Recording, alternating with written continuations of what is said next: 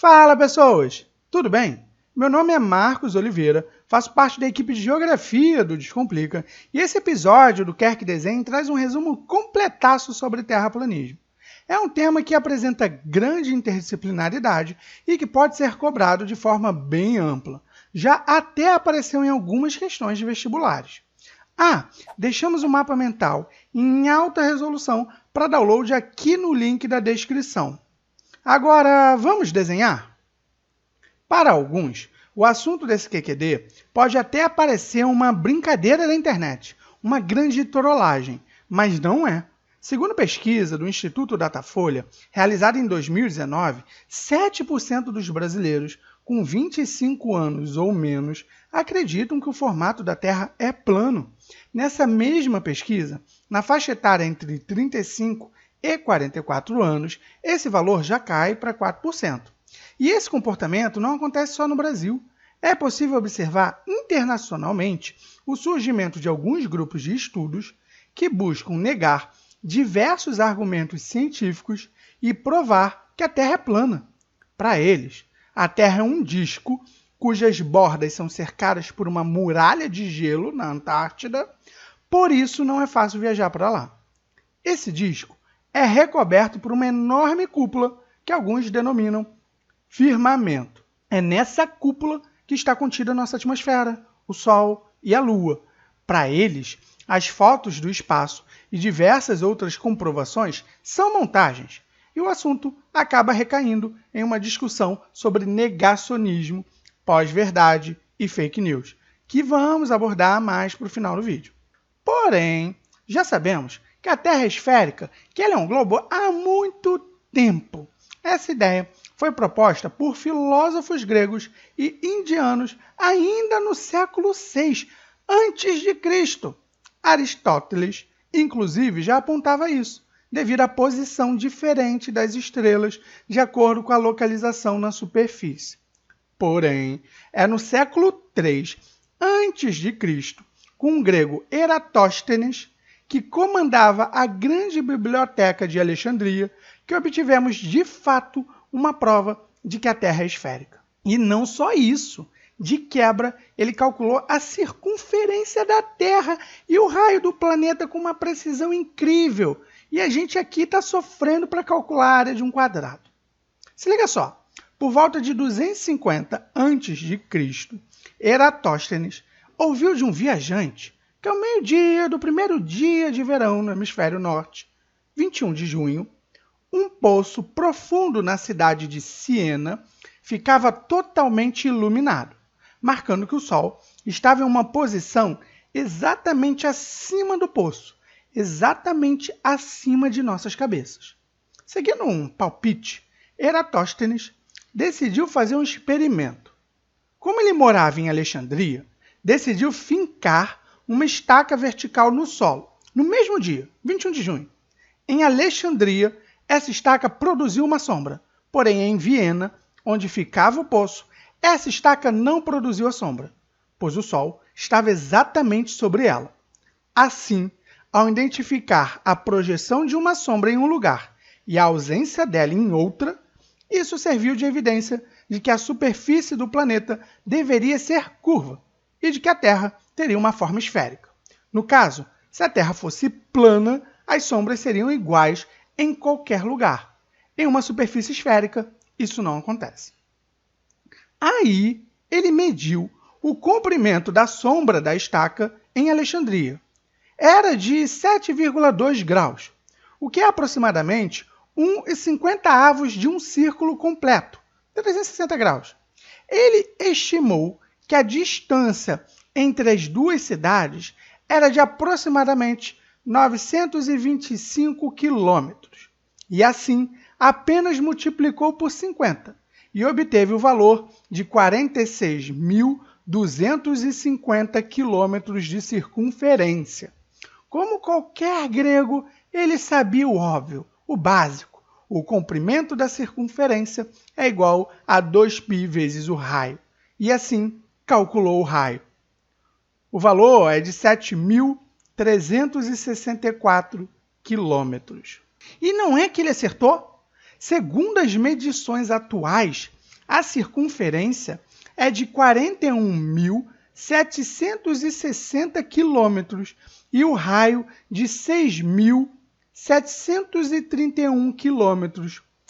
Ah, mas aí você está arredondando demais esses números, professor. Bem, vamos dar um desconto, né? Na época não existia GPS ou satélite para calcular precisamente a distância entre as duas cidades, o que teria aproximado ainda mais do número correto.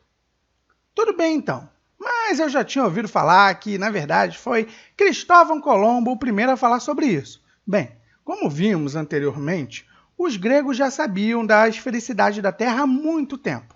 Na verdade, foi outro contemporâneo de Colombo, Fernão de Magalhães, que contribuiu com mais uma prova dessa esfericidade, ao realizar sua viagem de circunnavegação do planeta.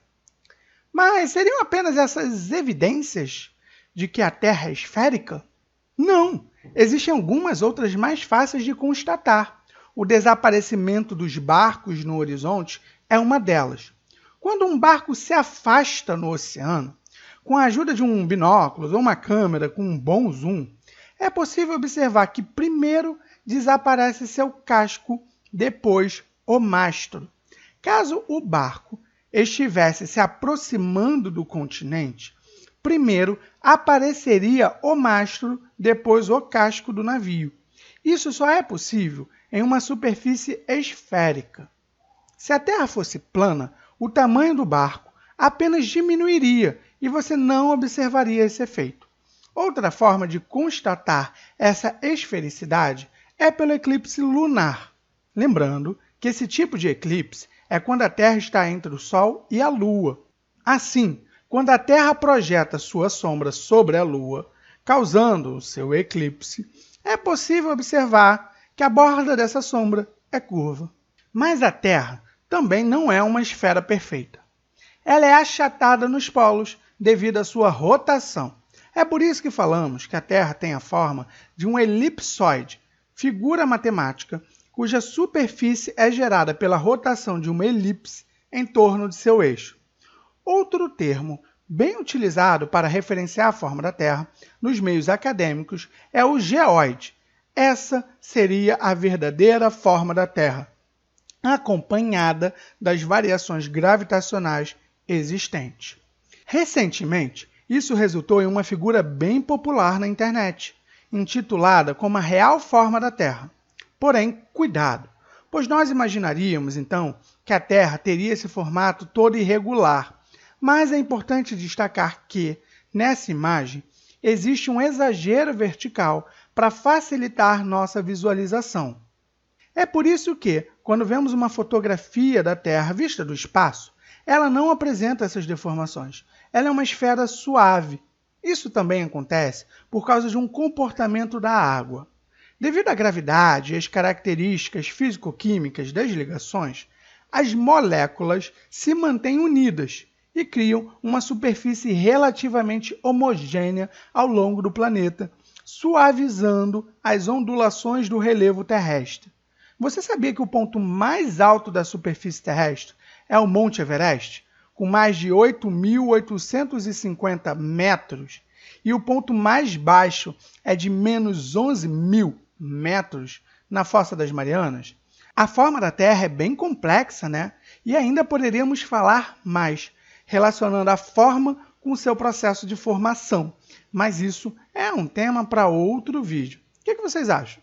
Mesmo depois de todas essas explicações e comprovações científicas, por que essa teoria da Terra plana continua sendo propagada? Então, muitos dos que acreditam na Terra plana falam de teorias das conspirações e que todo o atual aparato científico é uma estratégia para controlar a população e a riqueza do mundo na mão de poucas pessoas.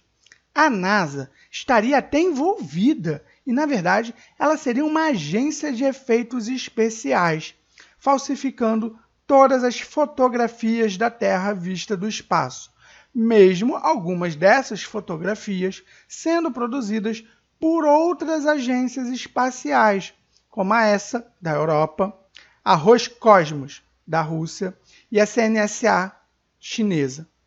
Tal posicionamento é uma das facetas do negacionismo científico, uma prática de contrariar e negar de forma irracional as pesquisas científicas, dados empíricos e até a realidade, com base em opiniões sem fundamentos.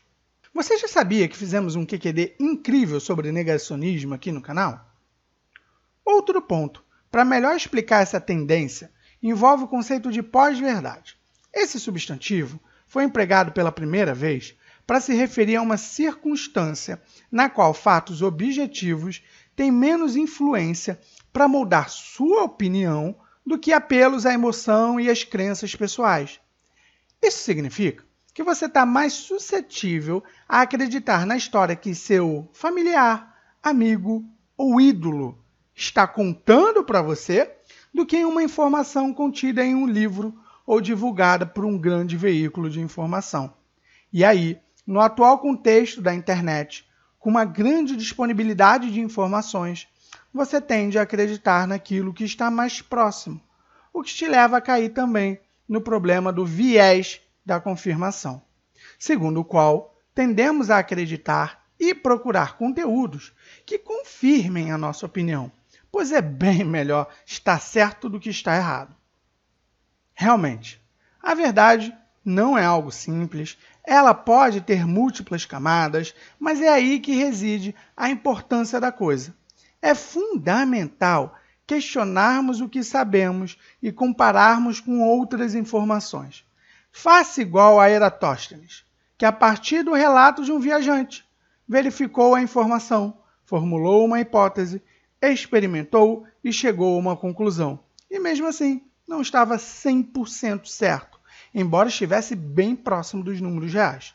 Por isso, busque diversas fontes, compare com outras informações, admita que você pode estar errado e debata de forma saudável qualquer assunto.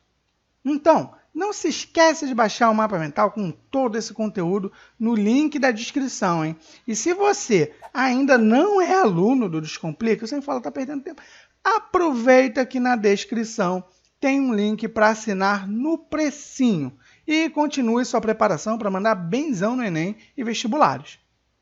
Não deixa de dar um like no vídeo se você gostou, se inscrever no canal e ativar o sininho para receber notificações toda vez que a gente publicar esse conteúdo maravilhoso, tá bom? Até a próxima! Tchau, tchau!